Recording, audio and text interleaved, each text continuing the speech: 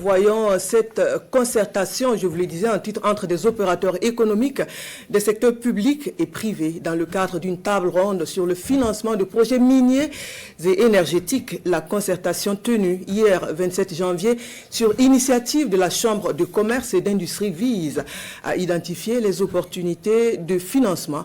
Urbain Benito Sommet, Maria Matamboura.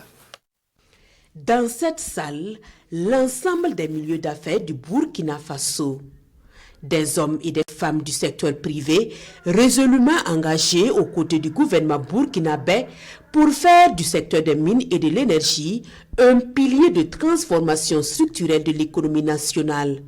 Ces opérateurs économiques veulent mettre leur expertise et leur expérience terrain à la disposition de ces secteurs stratégiques. Pour y arriver, la réflexion est orientée sur la question de financement des projets miniers et énergétiques.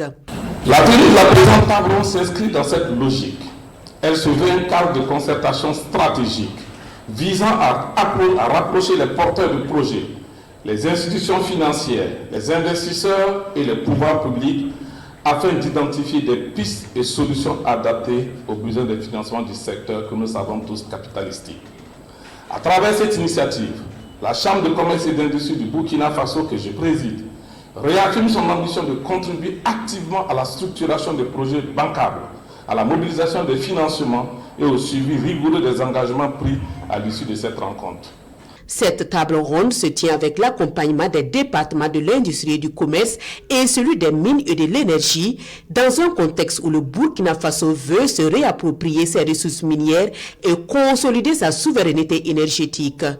Et pour renforcer cette souveraineté, l'investissement du secteur privé est capital selon les deux représentants de l'exécutif burkinabé. Depuis le boom minier des années 2000, l'exploitation minière, au regard de sa spécificité, est restée longtemps l'apanage des investisseurs étrangers avec des impacts socio-économiques qui sont demeurés relativement faibles.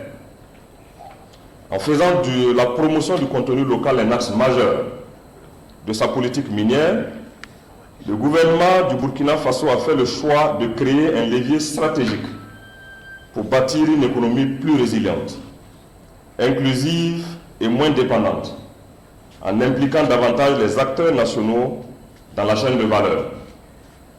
L'organisation de la présente table ronde s'inscrit dans la logique de cette politique et vise à susciter plus l'intérêt des investisseurs nationaux pour l'exploitation minière et la production énergétique au Burkina Faso. Je voudrais d'ores et déjà vous rassurer que les différentes réformes qui ont été entreprises dans le secteur de l'énergie et des mines vise surtout à concrétiser notre quête de souveraineté et à faire en sorte que ces secteurs soient des leviers essentiels pour le développement de notre pays.